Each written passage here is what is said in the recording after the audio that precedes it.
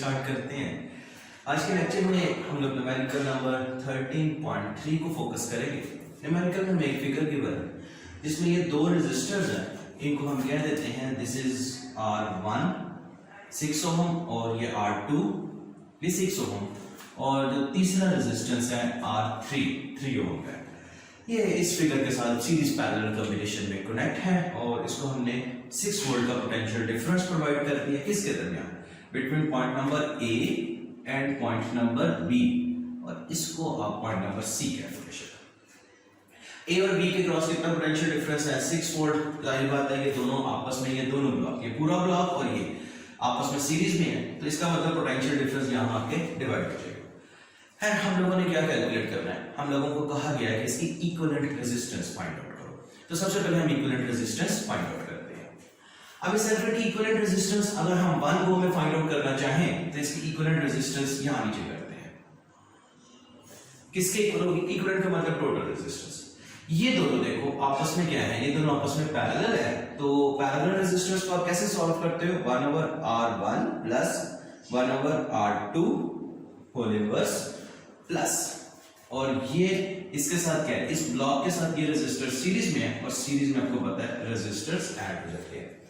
आप चाहो तो इसको ऐसे भी सॉल्व कर सकते हो कि इन दोनों की इक्विवेलेंट रेजिस्टेंस निकालो, equivalent resistance between point number A and C, बात वही है 1/R1 plus 1/R2 whole inverse, और जब ये रेजिस्टेंस निकल आएगी तो फिर हम टोटल रेजिस्टेंस कैसे निकालेंगे, resistance between point number A and C plus resistance between point number C and B है। आप इनको अलग-अलग भी निकाल सकते हो, इनको इकट्ठा भी निकाल सकते हो, जैसे आपका दिल चाहे।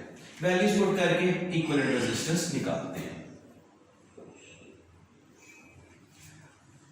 1/6 प्लस 1/6 होल इनवर्स प्लस 3। अच्छा जी, इसका एलसीएम आ जाएगा 6, ऊपर क्या आ जाएगा 2 होल इनवर्स प्लस 3, 2 1 2, 2 3 6, तो क्या आ जाएगा 1/3 whole inverse plus 3 which is equal to 3 plus 3 which is equal to 6 ओम। तो सबसे पहले मैंने इक्विवेलेंट रेजिस्टेंस कैलकुलेट करने के लिए कहा था, तो इक्विवेलेंट रेजिस्टेंस हमने निकाल ली कि the equivalent resistance between point number A and B is 6 ohm। अब फिर अगली बात उन्होंने कही find the current through each resistor, तो करंट फाइंड आउट कर लेते हैं।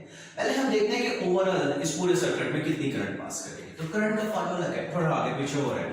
करंट का फार्मूला क्या है, I is equal to V over R equivalent, जो टोटल करंट इस सर्किट में से पास कर रही है वो फाइंड आउट कर रहे हैं। वोल्टेज आपको कितनी गिवन है 6 वोल्ट, और इसकी इक्विवेलेंट रेजिस्टेंस आपने क्या निकाली है between point number A and B, और हम बेसिकली क्या फाइंड आउट कर रहे हैं, the current that has been passing through between point number A and B, 6 divided by 6 which is equal to 1 ampere.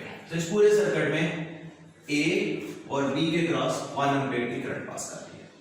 फिर अगली बात उन्होंने ये पूछी थी कि अब आप ये बताएं कि find the current through each resistor, R1 R2 में से कितनी करंट पास कर रही है और ये R3 में से कितनी करंट पास कर रही है, तो इसको फाइंड आउट कर लेते हैं।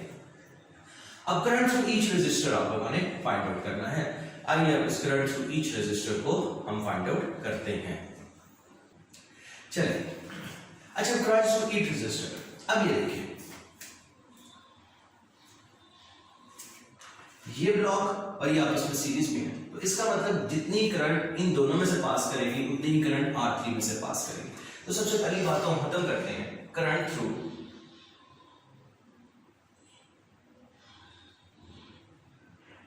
R3 इज 1 एम्पीयर के, R3 में से 1 एम्पीयर की करंट पास करेगी। तो ये हमने R3 की करंट फाइंड आउट कर ली। उसकी रीजन क्या है कि ये दोनों सीरीज में और सीरीज में हमें पता है कि करंट सेम रहती है। अब बात ये रहेगी कि what is the current that has been passing through R1 and what is the current that has been passing through this block. अच्छा ये देखो इन दोनों ब्लॉक्स की जो रेजिस्टेंस है किसके दरमियान, A और C के क्रॉस की जो रेजिस्टेंस हमने निकाली भी थी 1/6 प्लस 1/6 होल इनवर्स। तो अगर हम इसका आंसर देखें तो इसका आंसर आ जाएगा resistance across A and C which is equal to 3 ohm. Voltage across A and C निकाल लेते हैं। वोल्टेज का फार्मूला क्या था, V is equal to IR। A और C में से कितनी करंट पास कर रही है, क्योंकि सीरीज सर्किट में जो टोटल करंट है वही A और C में से पास करेगी और सेम करंट C और B में से पास करेगी। करंट कितनी थी 1 एम्पीयर, तो voltage across A and C किसके इक्वल हो जाएगी 1 multiply by 3 which is equal to 3 volt.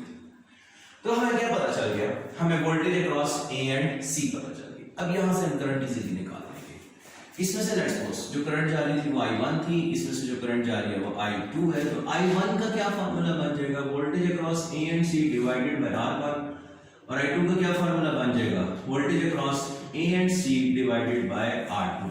Values put करते हैं जी। Voltage across A and C कितने निकाली है 3 volt divided by 6 which is equal to 0.5 ampere, ये भी वही होगा 3 divided by 6 which is equal to 0.5 ampere. तो देखिए हमने किया क्या, इन दोनों की टोटल रेजिस्टेंस निकाली है, रेजिस्टेंस पता चल गई। फिर हम लोगों ने वोल्टेज ड्रॉप निकाला क्रॉस ए और सी, क्योंकि सीरीज में ए और सी और बी क्रॉस के सीरीज में, तो जो करंट ए और सी में से पास करेगी सेम करंट सी और बी में से पास करेगी। अगर इसमें से 1 एम्पीयर की करंट पास कर रही है तो इन पूरे ब्लॉक में से इन दोनों पैरेलल रेजिस्टर्स में से भी 1 एम्पीयर करंट पास करेगी।